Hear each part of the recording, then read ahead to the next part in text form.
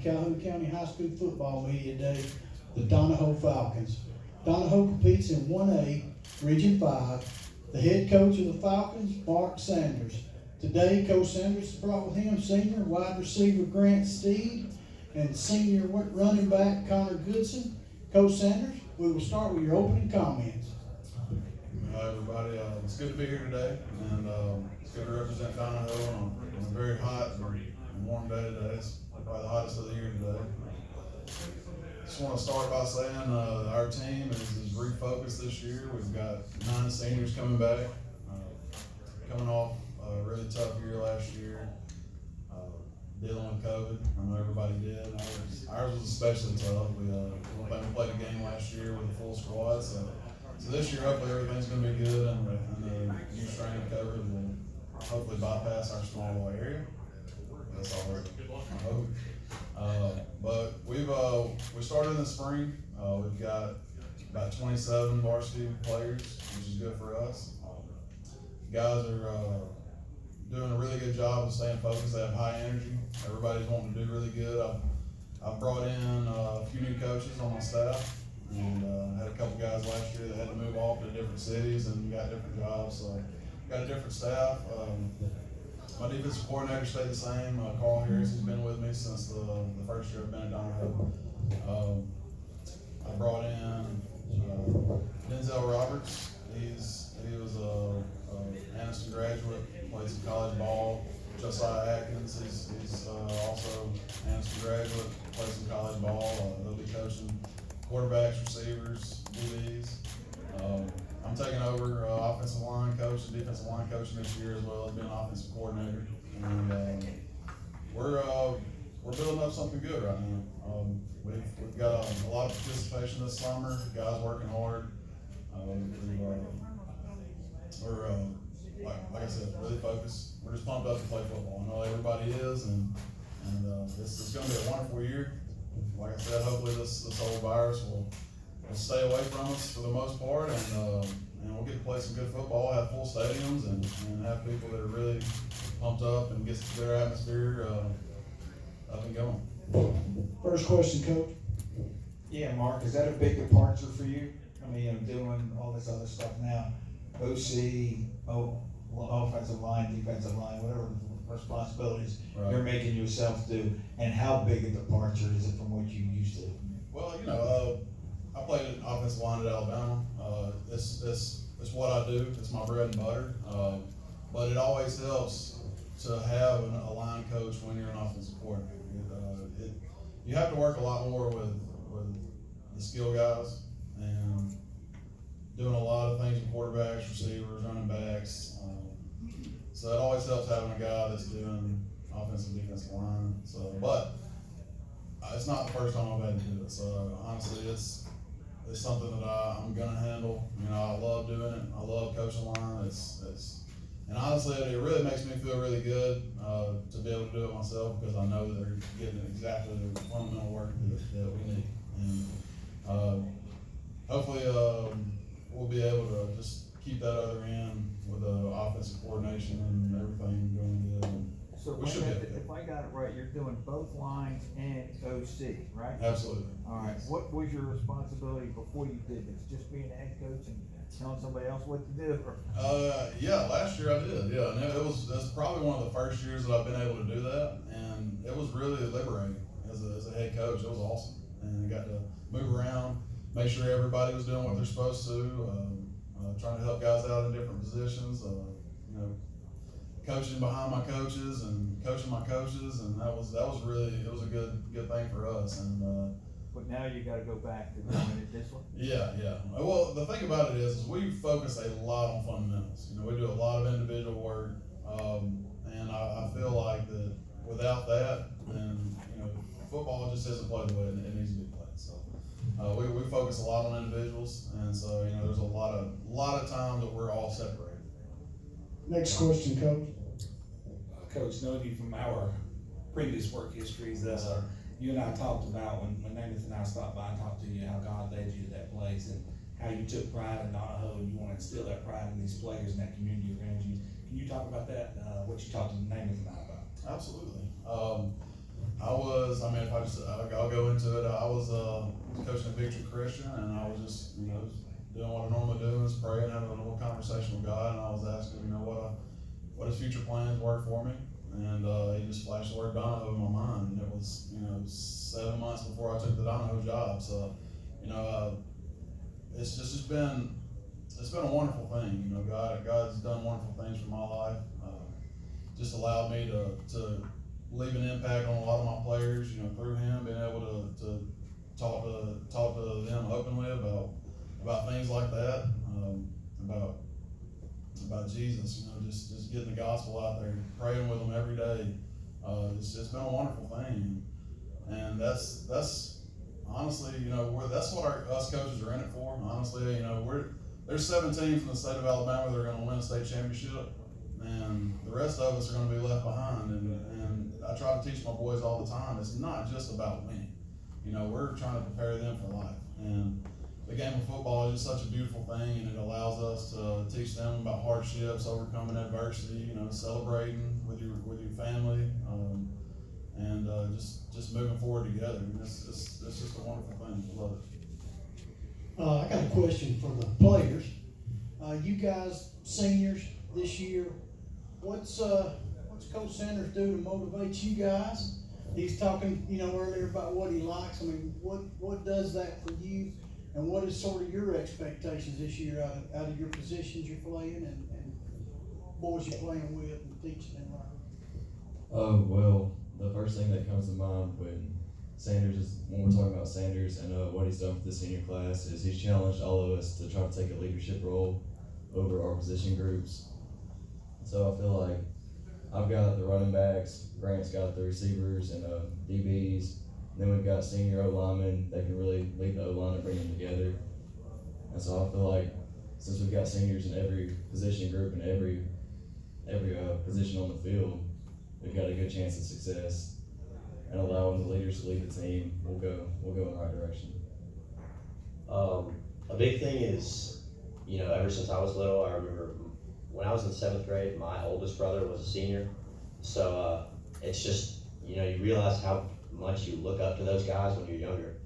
So now, once I'm in that position, I think I realize these younger kids, even though you don't realize it, they're really looking at you to what to do. So a big part of that is my position group, wide receivers and cornerbacks, safeties. You really gotta coach them in the right direction. Don't give them a bad example. And that's really it. It's just morally and as a player, just leading them in the right direction every day, in and out. Next question. Yeah, Mark, obviously Amari was a dynamic player for you. Who kind of gives you that this year? Honestly, these 2 guys, and that's why I brought them. They've done a great job on both sides of the ball leading us. We have other guys, Rich Hopkins, our senior quarterback, he's still developing to be a great player, but he has a ton of potential. Is a great competitor, loves to win. Judson Billings, Tyler Allen on the offensive line, and Tristan Smith, and on defense too. Those guys are just, they're big bodies, they're quick, they're fast, they're aggressive. They love to win, and they've done a great job of helping us on both sides of the ball. And we've got new guys coming along. We've got players that have never played the game before that are coming out and playing, and it's fun to see them develop. So, we're really excited about what's to come on August 20th. Do you guys point to a specific opponent that you can't wait to play, or is it just all of them? How do you guys? You don't answer, Coach, because I know yours. We're gonna take the first game. But is there anyone that you guys are looking forward to being on the field with and competing with? For me, it is the first game. It's Pleasant Valley. That's who I'm probably looking forward to the most. They beat us by 1 point last year, and I feel like we owe them this year. So can't wait to get on the field with them. Yeah, it is hard to look past that first game after, you start a year, you build up from spring, and you're looking at that first date ever since you start spring training, that's when you get started. All the region games, really excited.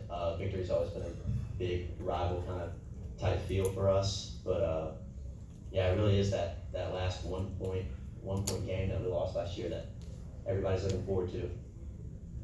This question is also for the players. What does it mean to you that your coach picked the two of y'all to come with him today? It's huge for me. It just feels like that's what really, he sees me as a leader, you know, on the team, and trusts me to speak to media people without, you know, saying anything too stupid. Yeah, it does really, it's kind of hard to explain, but it is a big sense of pride for me. It is. It's something to be grateful for sure. Saying that your coach has trusted you to come out here and talk to people publicly about your team, see what you have to say, what you think about this year, and I'm just grateful for it. I appreciate it. That's good. Next question. Now, Mark, obviously last year was a crazy off season, almost a no off season, and then had lost a week of practice early, had the reschedule, had the forfeit, and before you played your first region game. What do you think would it mean to this team just to have a normal development cycle? I mean, it means everything. We're here to play football. We're here to go out, put a lot of different moving parts together and go win ball games and just build that team camaraderie and do all that stuff. And when it gets taken away from you, it's just like, you know, and I know that most of the people in this room felt it last year. It was rough. You know, you guys covering media, you guys feel it too, just like we do. So, I mean, this is what, we put so much into this, and then when it gets ripped away from you, you're just like, man. But we're back, and we're just pumped up, and I know you guys are too. You guys are ready to cover some games and get out there and feel the electricity in there on Thursday, Friday nights, and man, we're ready to get going. Next question. Connor, how do you carry over the success that the baseball team had in the spring to football in the fall? Well, a lot of the football teams on the baseball team too. So a lot of these guys have kind of felt what it's like to make a deep playoff run, have success throughout the whole year.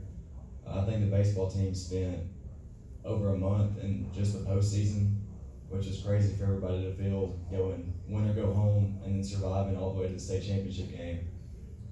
The biggest thing that brought us success with baseball was the overall camaraderie. We didn't have like a team hero. We didn't have one person that we went to. We felt like everybody could play. And that's what we need from the football team. We need 11 guys who are confident, 11 guys that can all play together and all gel together. We can't just look at one person to give us success. So I think that's a big emphasis point in transitioning from baseball to football. Question in the back. This is for each one of the players as well. Having a coach like Coach Sanders, who's actually went and played for Alabama, has a lot of connections and obviously played at an elite level around you 24/7. What's that experience been like? You can definitely feel it when, you know, he gives you something to think about, or even just gives you a pointer on the field. You know you're not taking it from somebody who is just making stuff up off the top of their head. You know, he knows what he's talking about. So everything's taken to heart for sure. And you know he's doing what's, you know, in the team's best interest and individually your best interest to get better as a player. And that's really it. I mean, you know it's coming from a place of love too. Especially with how he's built the family aspect of the team. I remember one of the first days of summer workouts, he just brought everybody in the weight room. He spent the first 30 minutes of practice talking about how to build a family, why you should do it, and why it's important to the team, why it's important to all be together. And so when you got something like that in the back of your mind at all times, like we're a family, we're together, it's hard not to love the team. It's hard not to appreciate what you have. And such a good coach, and such a coach that's a good person and wants to build you into good young men. I think that's one of the most important things you can have in a coach. Got fired up that day. You did get fired up that day. Next question.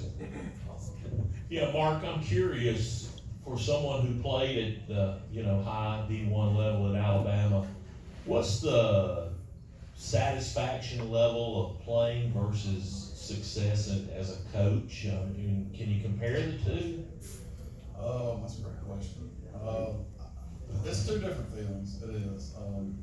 When you're a player, just being able to go out there with your brothers and play and win great games against great opponents is a great feeling. But being a coach, it's more of it's just a father type role, you know, and I always tell my boys, like, you guys are my sons, you know, I try to tell them that, you know, they always have love where I'm at, you know, I'll always treat them like they're my own. And it's just, it's a different thing, and they'll experience it one day when they grow up. It's a totally different feeling of leading young men versus, you know, being a part of that, being out there on the field experience. While it is, it's satisfying and it makes you feel good, it's pretty different. It's pretty different. Coach Sanders, we're gonna wind it up. I'm gonna ask you the last question, and then after you answer, if you would just like to give a final comment or statement, we'd like you to do that. My question is, would you like to give some names of some of the players that you didn't bring that you might think might be somebody to watch, or somebody that you think is developing or maybe already there, and you might just want to let us know what to look for out of the Donoho Falcons this season? Yeah, absolutely. And I was going to say earlier that if I could have brought 5 or 6 guys, I would have, and I really wanted to, but I know, you know, we don't have the longest table up here, so no, but like some of the guys already talked about, Judson Billings, he's got a lot of potential to play at the next level. I've been teaching him how to play line for 4 years, and you know, he knows how to do things. He's smart doing those things. You know, whereas run blocking, pass blocking, seeing defenses, he can do it. And he's got a big frame. He plays basketball, baseball, and throws shot put. You know, like he does a lot of stuff. So he's got a lot of potential. Tyler Allen, he's got a motor that won't quit. He just is a hardcore player. He loves to get after it on the line. Guys that I didn't talk about that are seniors, guys like Nick Goad, who played for me the first year last year and is still learning, but is a good athlete. He's ready to get better, ready to make a difference on the field, and a receiver and DB. First year player, senior, Ethan Rogers, he's gonna do some of our kicking for us. He's a cross country athlete. He can run really fast. He's got big lungs on him. He can run forever. He'll be playing receiver also, and some secondary. Eric Tolson played on the offensive line, the defensive line last year. We're in the process right now of working him in with a little tight end action, and he's done a pretty decent job. He's got great hands on him. We're just trying to work on a little bit different areas of his game to try to round him out a little bit, and he'll be doing a little defensive end for us too. Nick Goad's brother Richard Goad, he started for us last year, and he's going to be handling somewhere outside linebacker duties, playing middle linebacker also. And you know, Connor, he's right now he's our middle linebacker, but he'll move down to defensive end at times. We'll move Richard inside, and Richard's also going to be playing some tight end for us, and maybe a little run back, a little power back. You know, he's a good athlete. Who am I forgetting? You know, y'all put a lot of stress on us being up here. You know, We know you're not going to get I draw blanks when I get up here. What else? Lucas Elliott. He was one of the best baseball players we had this year, and he's a great ball player. He'll be playing. You know, he's kind of like Grant. Grant plays receiver. He plays running back. He could play quarterback sometimes. Safety, linebacker. You know, he's kind of like one of the guys that I tell, like, before the season, like, hey, you're gonna have to learn about 4 or 5 positions. It's gonna be moving you around. You know, so you got to really be on your game. And Lucas Elliott's kind of just like Grant. You know, I even talked to him about it yesterday. Like, hey, I probably might be moving you to tight end too a little bit. You gonna be ready for that? He's like, yeah, coach, I am. You know, so and he'll be playing linebacker for us. Also, so I mean, there's just a lot of things. A lot of different guys are going to be handling a lot of different things, and we've got a lot of young guys too that are going to have to step up this year. And at a 1A school, that's what you can depend on. And our team is, you know, while we have 9 seniors, you know, the other guys have to really step up. And we got some young linemen, you You know, like my son, he's sitting in the back of the room. You know, I told him, I said, son, he's going into 9th grade this year, and just tell him, like, hey man, you're gonna have to. It's time to grow up. You know, it's time to start to really helping the team out, and he's ready for it. Other guys in their grade, like Braden Johnson, we call him Beef, and you know they'll be handling some time on the line. You know, guys like Hayes Farrell, James Binkley, you know, they're all 9th graders, and they're going to be out on the field playing. You're going to see them all the time. You know, William Tolson, he's one of the backup quarterbacks. You know, he'll be playing linebacker and handling some wide receiver duties, while also, you know, being a backup to Rich Hopkins. And oh man, Anything else you'd like to say? we have a lot of really decent players, and I can sit up here and talk for a while about it. But we're really looking forward to seeing what a bunch of guys can do. And oh no, I forgot about this guy. And he's probably got a good chance of going to the next level too. And his name's Bockford. He's going to be in 10th grade this year. Big kid, big frame, good feet, plays basketball, plays soccer, and he's an offensive lineman. You know, he's been playing right tackle for us and D tackle, and he's a good athlete, and he's a big boy. Well, we thank you for coming today. Yeah, man, we appreciate you. Donoho Falcons, everybody. We got one more coming up. Piedmont.